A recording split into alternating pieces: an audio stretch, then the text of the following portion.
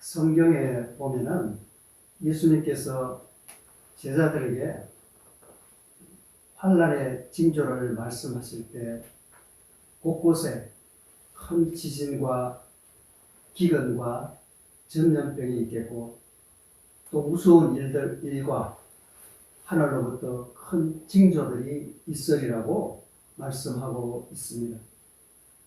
우리는 지난해부터 코로나 바이러스 팬데믹으로 말세의 징조를 경험하며 종말을 맞은 것 같이 두렵고 힘들고 떨리는 어려운 시간을 보내고 있습니다. 그래서 종말, 말세라는 말이 널리 회자되지만 그 의미를 살펴보면 많이 혼동되고 있다는 것을 알 수 있습니다. 일반적으로 종말 혹은 말세라는 단어가 풍기는 의미는 현재의 인간 역사가 끝을 맺을 시간이 되었다는 의미일 것입니다. 아니면 어느 날 갑자기 현재의 천지가 개벽하여 새로운 시대가 도래하는 시기, 즉 역사의 정점을 가리킨다고 생각할 수도 있을 것입니다. 따라서 죽음이나 끝장, 무서운 대변혁과 같은 새로운 세계의 출현과 같은 아주 우주적인 사건이 우리의 머릿속에 떠오를 것입니다. 그러나 이러한 생각의 근저에는 종말을 철저하게 시간적 개념으로만 이해하려는 습성이 있습니다.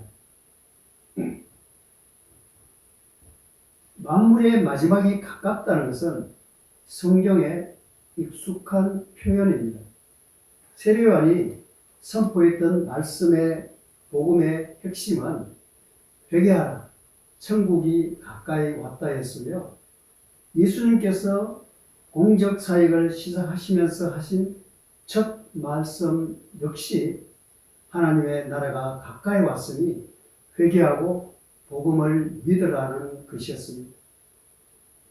종말이 새로운 하나님의 나라의 도래와 관계 있는 것이라면 종말은 예수 그리스도를 떠나서는 생각할 수 없는 개념입니다. 그러므로 예수 그리스도에 대해 사람들이 어떻게 반응하느냐에 따라서 종말은 결정되어지는 것입니다.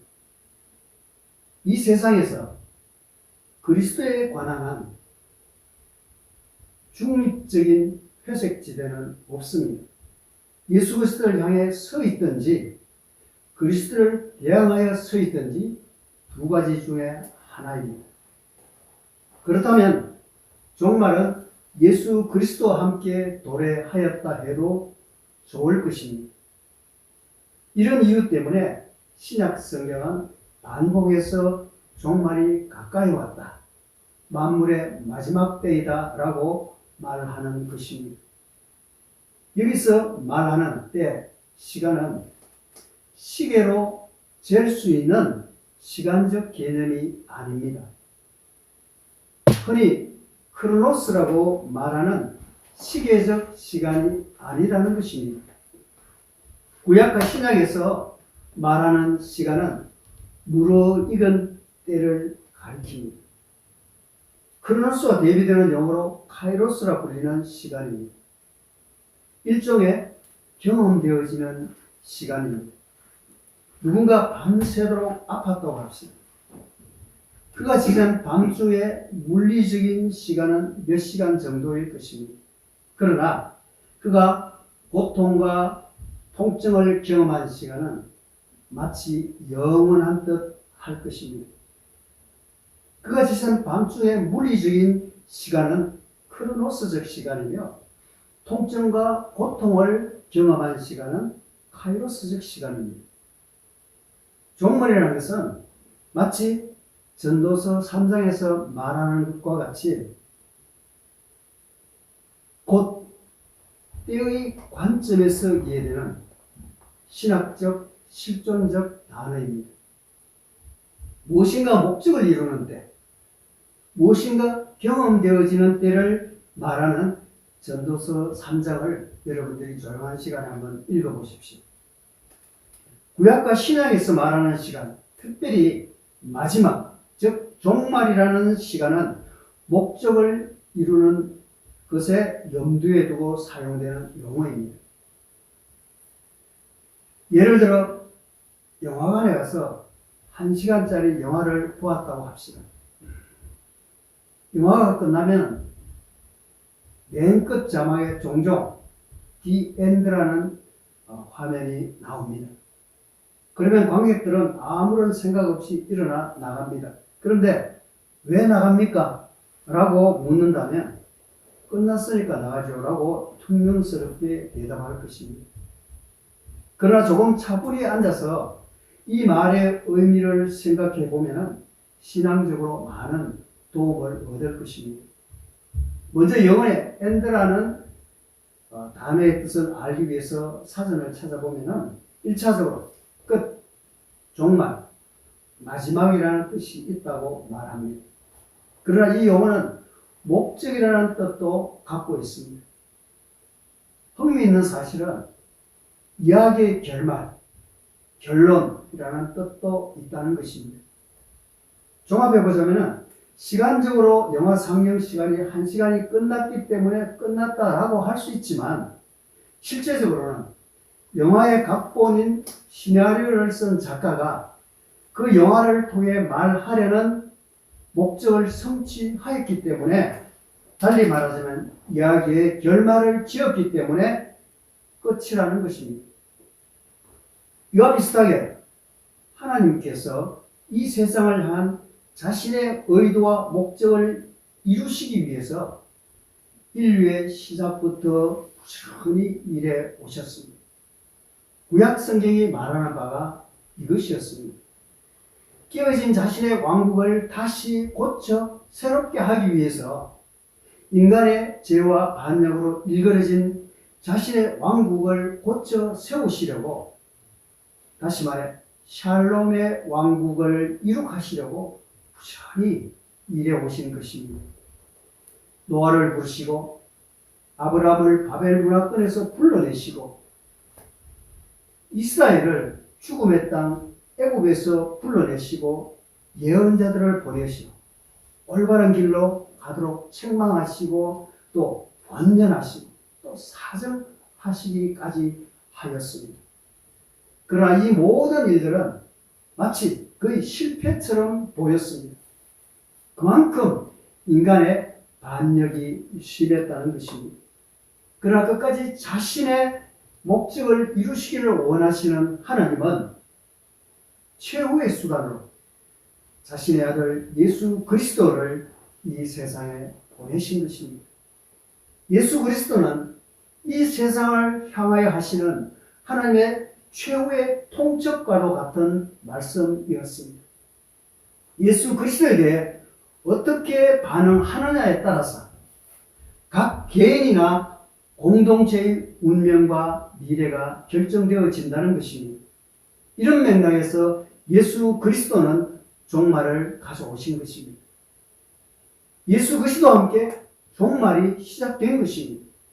그리고 예수 그리스도를 통하여 예수 그리스도 안에서 이 세상을 향한 하나님의 목적이 완성될 것입니다.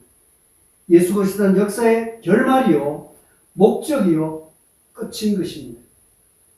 요약하자면 예수 그리스도를 경험함으로써 얻어지는, 결정되어지는 인간의 운명의 시간을 가리켜 종말, 다시 말해 마지막 때라고 부르는 것입니다. 그러면 어떻게 그리스도인 예수님을 경험할 수 있습니까? 긍정적으로 그분을 경험하든가 아니면 부정적으로 그분을 경험하는가 하는 문제는 전적으로 우리에게 달려 있습니다. 결단의 시간이 곧 종말의 시간인 것입니다. 보라 지금은 은혜 받을 만한 때요. 보라 지금은 구원의 날이로다. 이 말씀은 이것을 두고 하는 말씀일 것입니다. 물론 하나님의 목적이 언제 어떻게 이루어질는지 아무도 알 수 없습니다. 분명히 그분의 시간, 그분의 때에 그 모든 것이 그 목적을 이룰 것입니다. 조급한 그리스도인은 항상 시계를 보면서 온다고 한 종말은 왜 오지 않는 것일까? 라고 말할 것입니다. 그러나 조급성은 사실상 기독교 초기 시절에도 그러했습니다. 초기 그리스도인들이 직면했던 심각한 신앙적 질문은 곧 오신다고 하신 주님께서 왜 오시지 않는 것일까? 라는 것이었습니다. 전문적인 용어로 다시 오심의 지체라고 부르는 문제였습니다. 이에 대한 응답은 신약성경 도처에 발견됩니다. 그리고 이런 응답에 깔려있는 기본적인 가르침은 하나님의 시간과 사람의 시간이 다르다는 것입니다. 하루를 천년같이 천년을 하루같이 여기시는 하나님은 모든 사람들이 구원에 이르는 것입니다. 기다리시고 또 기다리시는 하나님을, 그 하나님의 기다리심을 우리는 한절부절 못하면서 지체되고 있다라고 부르는 것입니다. 구약의 선지자 이사야는 사람의 생각을 넘어서 계시는 하나님의 초월성과 하나님의 자유성을 이렇게 시적으로 표현했습니다. 내 생각은 너희 생각과 다르며 내 길은 너희 길과 달라서 하늘이 땅보다 높음 같이 내 길은 너희 길보다 높으며 내 생각은 너희 생각보다 높으니라 라고 이사야 55장에 말씀하고 있습니다. 신약에서도 하나님의 계획과 경륜을 이 좁은 머리의 인간이 온전히 이해할 수 없다고 군데군데 말씀하고 있습니다. 그러므로 우리가 해야 할 일은 주님의 시간과 계획의 지체에 대한 조급함과 무관심이 아니라 만물이 주에게서 나와 주로 말미암고 주에게로 돌아갑니다. 영광이 그에게 세세에 있으리로다. 아멘이라고 하나님을 찬양하는 것입니다. 이제 남은 것이라고는 이미 시작된 하나님의 나라, 그리스도의 죽으심과 부활을 통해 시작된 하나님의 왕국이 최종적으로 완성을 기다리는 것입니다. 예수 그리스도와 함께 마지막 날들이 시작되었으므로 이제 역사의 종은 에필로그만 남은 것입니다. 사도 베드로는 본문에 앞서서 하나님의 심판에 대해서 말씀하고 있습니다. 그리고 이 심판이 먼 훗날에 이루어질 사건이 아니라 이미 이루어졌다고 말하고 있습니다. 복음을 믿고 그리스도를 자기의 삶의 주님으로 영접하지 않는 자는 이미 그 자체가 심판의 선고를 받고 장차 예수 그리스도께서 재림하실 때 형의 집행만을 기다리는 수감자와 같다는 비유입니다. 다가오는 날에는 단순히 시간이 흘러 역사가 끝나는 종말이 아닙니다. 우리에게 복음에 대해 진정한 마음으로 회개하는 심정으로 응답했는지를 물으시고 재판장으로 세상을 심판하러 오시는 하나님의 날, 주의 날임을 생각하라는 것입니다.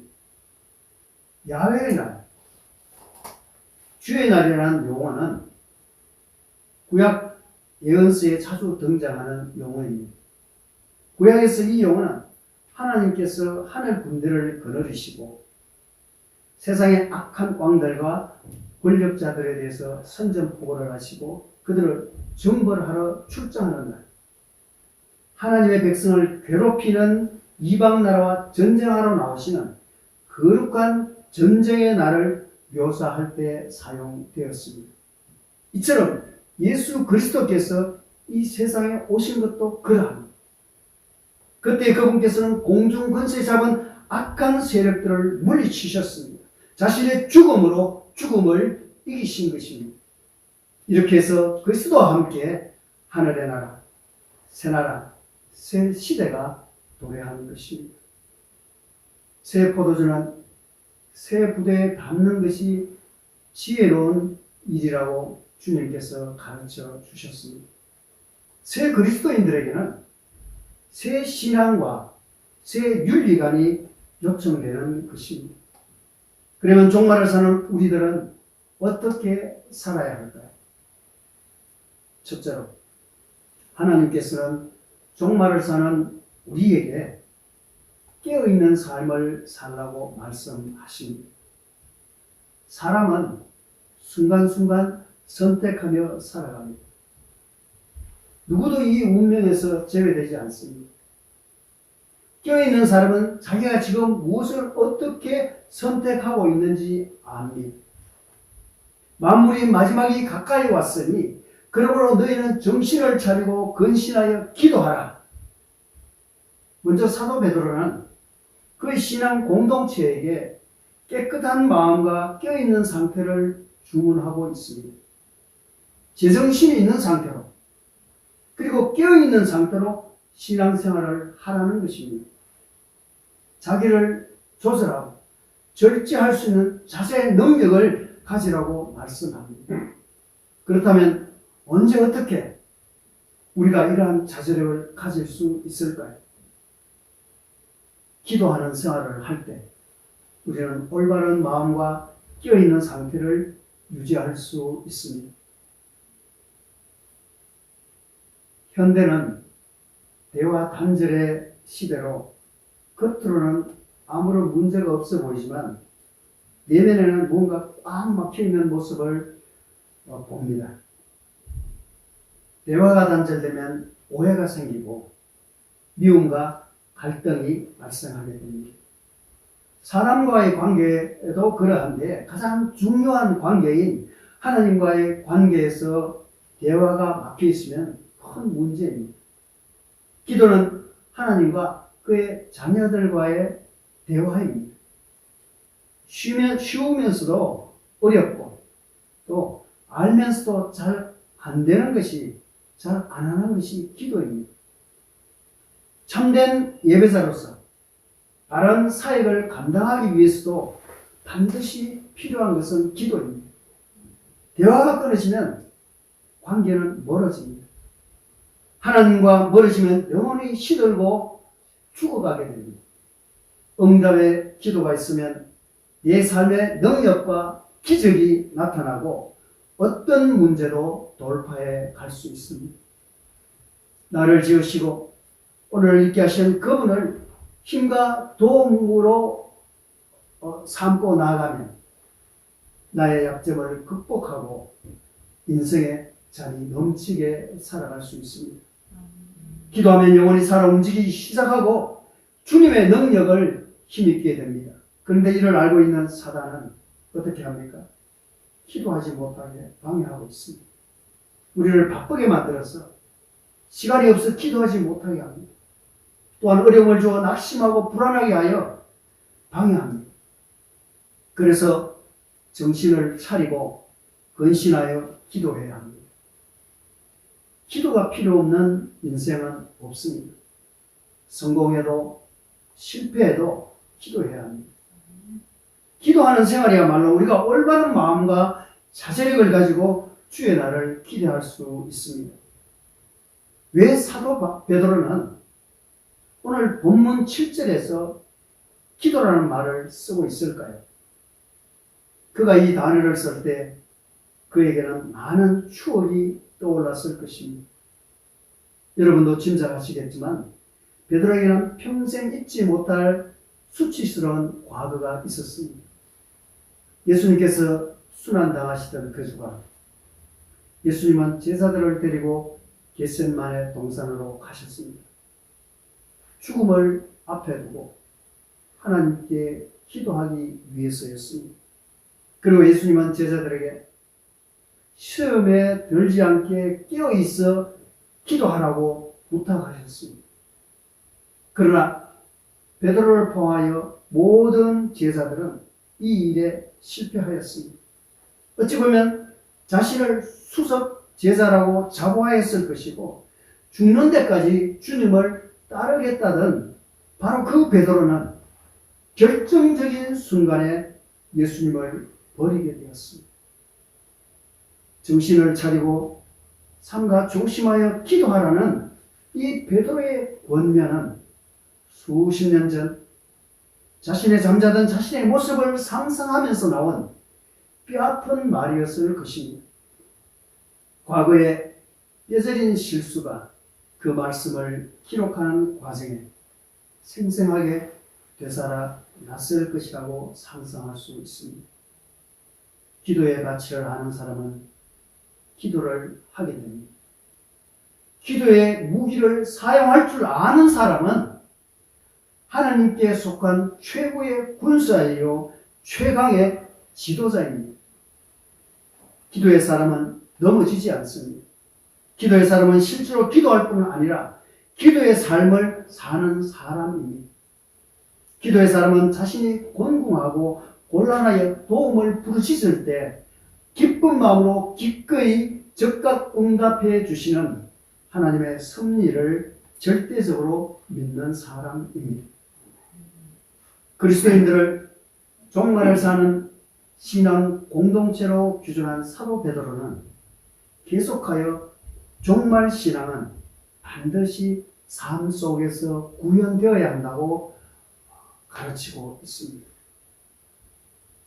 신앙은 좋은 것 같은데 생활은 그렇지 못하다는 말을 종종 듣습니다. 신앙은 결코 개인적인 문제만은 아닙니다. 그리스도인이 된다는 것은 새로운 그리스도의 공동체의 일원이라는 일원이 된다는 것을 의미합니다. 그러므로 공동체의 일원으로서 서로를 환대하되 원망 없이 하라고 사도 베드로는 9절에 권면하고 있습니다. 이러한 권고가 나오게 된 역사적인 배경이 있습니다. 그리스도교가 이 기독교가 확장될 무렵인 초기 기독교 시절에 여러 지방에 흩어져 있던 교회들은 대부분이 가정교회 형태였습니다. 따라서 요즘처럼 전임 사역자가 없었습니다. 따라서 대부분의 교회들이 현대적 의미에서 전임 사역자들을 둘 수 없었고 자연히 순회 설교자나 아니면 유랑 전도자들에 의존하게 되었던 것입니다. 그들이 설교하러 왔어도 마땅히 머물 만한 장소가 없었습니다. 여기 산간지역 외진 곳에서는 사람이 머물 만한 그런 여인숙도 별로 없었기 때문입니다. 자연히 가정이나 교회에서 이들 설교자의 숙식을 제공해야만 했습니다. 그러나 손님을 가정에 머물게 하고 환대한다는 것이 결코 쉬운 일이 아니라는 것을 우리는 잘 압니다. 초대교회 당시에도 마찬가지였습니다. 서로 짐을 떠맡지 않으려는 것이었습니다. 20년이 훨씬 넘은 이야기입니다. 제가 네팔 선교사로 있기 때문에 네팔 이야기를 하려고 합니다. 저희 신학교에서 공부를 하고 기숙사 생활을 신실하게 했던 형제를 졸업 후에 신학교 간사로 채용해서 학교를 돕게 했습니다. 그런데 그 형제가 잘못을 저지른 뒤 동쪽 끝, 아주 먼 끝, 자기 고향으로 도주했습니다. 그래서 여러 해가 지난 뒤 어느 날 그 형제로부터 전화가 왔습니다. 이런저런 옛 이야기를 전하면서 그때 잘못에 대한 용서를 구했습니다. 그리고 지금은 주신 사명으로 열심을 다해서 전도하고 또 교회도 개척하고 성도들도 제법 모인다고 했습니다. 그가 이리저리 전도하면서 다니던 중에 인도 접경 지역에 분포되어 있는 이 라즈방시 부족을 만나게 되었다 합니다. 네팔에는 참 여러 많은 부족들이 있습니다. 이 라즈방시 부족이 또 불가촉 측면입니다. 이 라즈방시 부족을 만나게 되었는데 그 부족 중에 과부 한 사람, 과부인 한 여인을 만나게 되었는데 그 여인에게 이제 복음을 전하게 되었고 그 여인은 사마리아 여인처럼 타는 목마름으로 예수님을 만난 뒤에 지금은 친척 일가에게 복음을 전하며 집집마다 다니면서 이웃의 온갖 굳은 일을 솔선수범으로 돕고 섬기며 예배를 드리고 있다고 했습니다. 그래서 이 여인이 복음에 대한 열심과 그리고 믿음이 특출하고 또 자신이 받은 은혜에 감사해서 자신의 소유인 작은 땅을 예배당을 건축하는 데 헌납했다고 합니다. 오네시모처럼 나타난 그 형제의 이야기를 듣고 또 쏘면 쏘고리라는 그런 마음으로 그 지역을 방문하게 되었습니다. 방문한 우리는 그 여인의 집에 머물면서 정성을 다한 섬김을 받았고 그 여인에 대한 이미 들었던 그 이야기들을 재차 확인하는 그런 경험을 하게 되었습니다. 그래서 세워진 교회가 라즈방시 부족의 최초의 교회가 되었습니다. 방문할 때마다 그 여인으로부터 받는 환대와 마음을 다한 섬김과 또 신앙의 모습은 영혼 구원에 대한 실천적 믿음을 경험하게 하는 몸으로 섬기는 그런 믿음이었습니다. 그 여인의 믿음은 입으로만 믿는 믿음이 아니었습니다. 그녀는 무시로 기도하는 사람이었습니다. 그녀의 믿음은 생각으로만, 마음으로만 믿는 믿음이 아니었습니다. 그녀의 믿음은 기도함으로 고백되어지는 입으로 믿는 믿음과 생각과 마음으로 믿어지는 믿음과 또 헌신을 다하며 온몸으로 섬기는 믿음이었습니다. 사실 그렇습니다. 입으로 믿기는 쉬워도 몸으로 믿기는 어려운 법입니다. 이런 이유 때문에 베드로는 그 신앙 공동체들에게 가장 현실적이고 실질적인 문제에 있어서 그리스도인처럼 살라고 권면하고 있습니다. 기도하며 사랑하고 봉사하는 사랑과 봉사의 공동체가 종말을 기다리면서 사는 교회라고 가르치고 있는 것입니다. 둘째로 종말을 사는 우리에게 하나님께서는 기도함으로 청지기적인 삶을 살라고 말씀하고 있습니다. 여기 하나님께서 주시는 말씀이 있습니다. 무엇보다도 열심히 사랑할지니 사랑은 허다한 죄를 덮느니라. 서로 대접하기를 원망 없이 하고 각각 은사 받은 대로 하나님의 각양 은혜를 맡은 선한 청지기 같이 서로 봉사하라. 아멘. 이 말씀에서 종말을 사는 그리스도인들의 신앙 윤리를 잘 표현해 주는 말로 청지기란 단어로 요약합니다. 여러분, 선한 청지기는 서로 사랑해야 됩니다. 서로 사랑하되 열심히 서로 사랑할지니라고 했습니다. 열심히란 말은 원어로 보면은 육상 경기장에서 트랙을 달리는 선수가 마지막 골인 지점을 향해서 최선을 다했습니다. 막 달려서 막 잡아당기듯이 질주하는 그런 모습이 열심입니다. 제가 이 유튜브를 봤는데 육상 경기하는 모습이 골인 지점을 앞에 두고 두 선수가 다니는데 뒤에 약간 처진 선수가 흑인 선수였는데 이 선수가 골인 라인 앞에서 갑자기 확 엎어지는 것을 봤어요. 그런데 머리가 먼저 이렇게 들어가니까 1등을 한 거예요. 그걸 보고 저것이 바로 열심이구나 이런 것을 제가 이 말씀을 준비하면서 깨달았습니다. 그래서 이 최선을 다해서 사랑하라는 말입니다. 그것처럼 사랑하라는 말. 미지근한 사랑이 아니라 최선을 다하라는 것입니다. 그것이 주님의 명령입니다. 주님께서는 우리를 사랑의 청지기로 삼으셨습니다. 내가 너희를 사랑한 것 같이 너희도 서로 사랑하라. 너희가 서로 사랑함으로 이로써 모든 사람이 너희가 내 제자인지 알 것이다 라고 요한복음 13장에 말씀하고 있습니다. 우리는 사랑의 의무를 가지고 있습니다. 사랑의 청지기로 부름받은 사람들입니다. 왜 사랑합니까? 사랑함으로 허물을 덮을 수 있기 때문입니다. 오늘 본문에 사랑은 허다한 죄를 덮는다고 말씀하고 있습니다. 내가 누구를 사랑한다는 것은 그 사람을 위해서 기도하는 것과 그 사람의 허물과 죄를 덮는 것입니다. 그러나 어떤 사람들은 욥의 친구들처럼 사랑이라는 이름으로 그 사람의 상처를 드러내고 약점을 공격하는 사람들이 있습니다. 예수님을 구주로 고백하는 믿음으로 사는 그리스도인의 자세가 아닙니다. 그것은 사랑이 아닙니다. 사랑은 허물을 덮어주는 것입니다. 사랑은 그를 위해서 기도하는 것입니다. 누구나 다 실수가 있습니다. 그 사람을 사랑한다는 것은 그의 허물을 덮어주는 것입니다. 삶이 하나님의 은혜로 지배될 때 그곳에는 불평이나 투덜림이 현저하게 줄어듭니다. 하나님의 은혜를 입은 사람은 결코 쉬지 않고 기도하게 될 것입니다.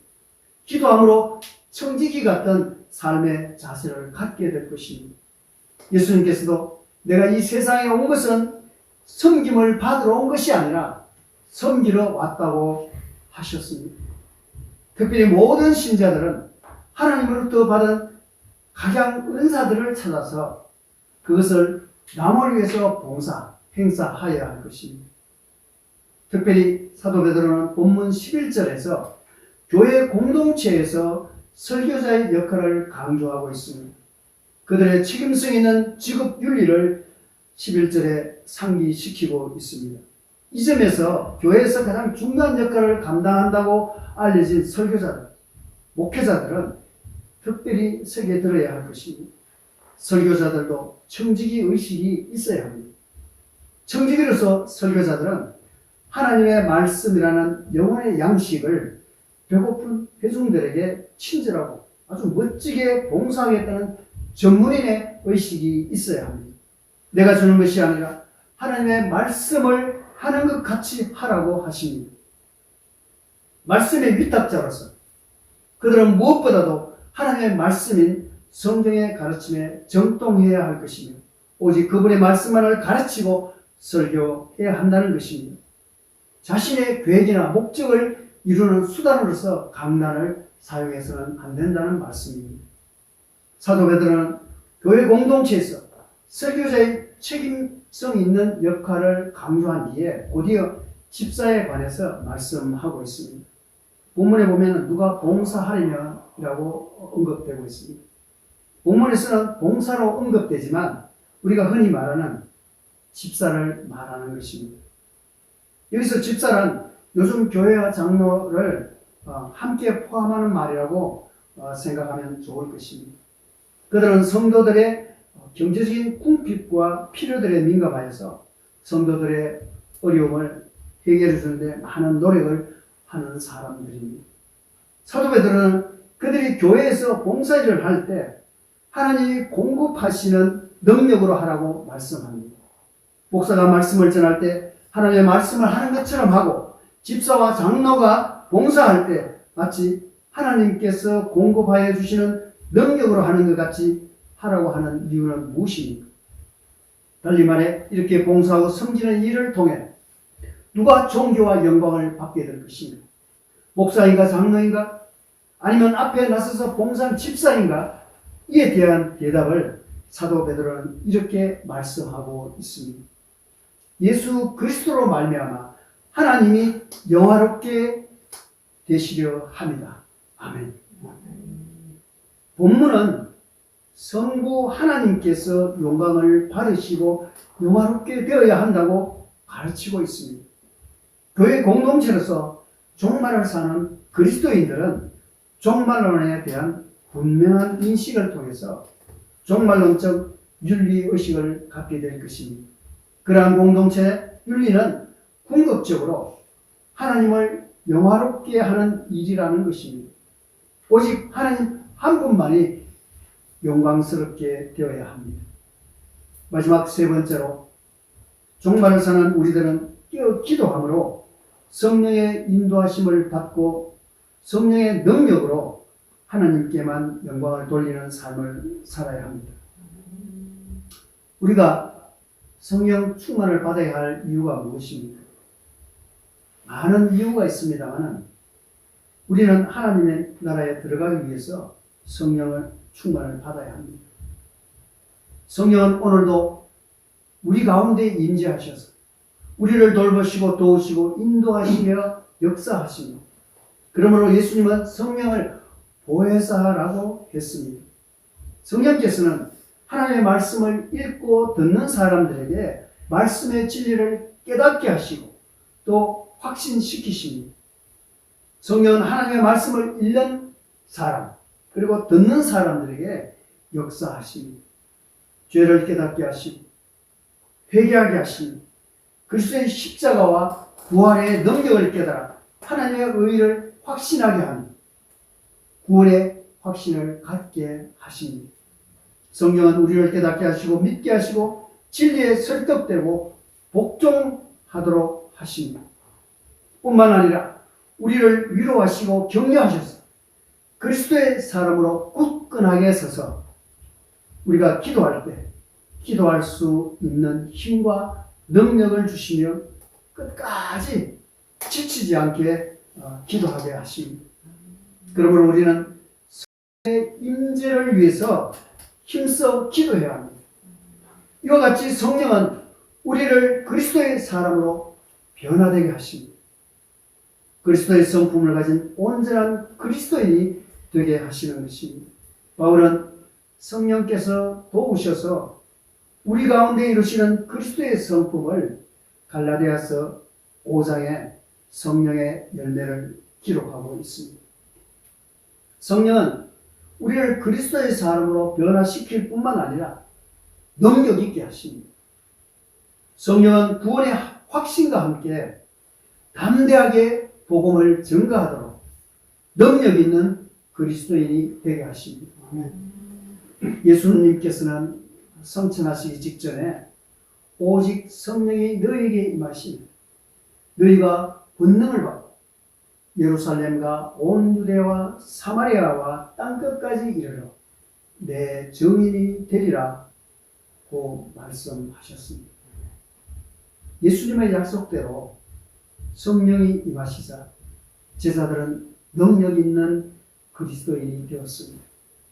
그들은 능력 있는 그리스도인이 되어서 그리스도인의 삶을 능력으로 살았고 또 그리스도인 예수님을 능력으로 전했습니다.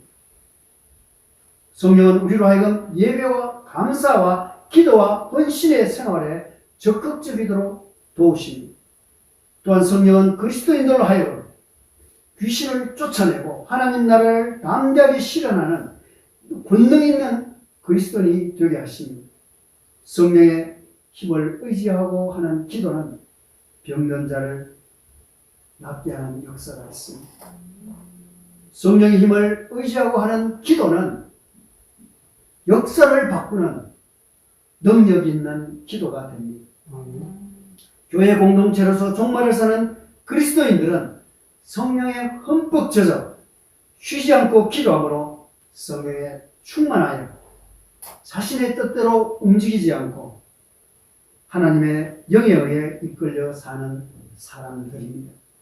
그리고 그들은 무엇보다도 예수 그리스도와 함께 죽고 예수 그리스도와 함께 새 생명으로 다시 살아난 사람들이기 때문에 오로지 아버지 하나님께만 영광을 돌리는 삶을 살게 되는 것입니다.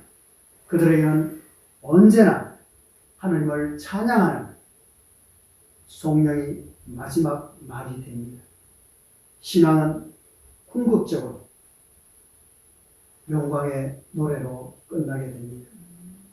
그에게 영광과 권능이 세세 무궁토록 있느니라. 아멘. 아멘. 이것은 하나님의 다스림, 하나님의 나라가 영원토록 계속되기를 간절히 소망하는 기도이기도 합니다. 이것은 우리가 세상 끝날까지 전해야 할 선교의 사명을 이어가는 선교이기도 합니다. 기도하겠습니다.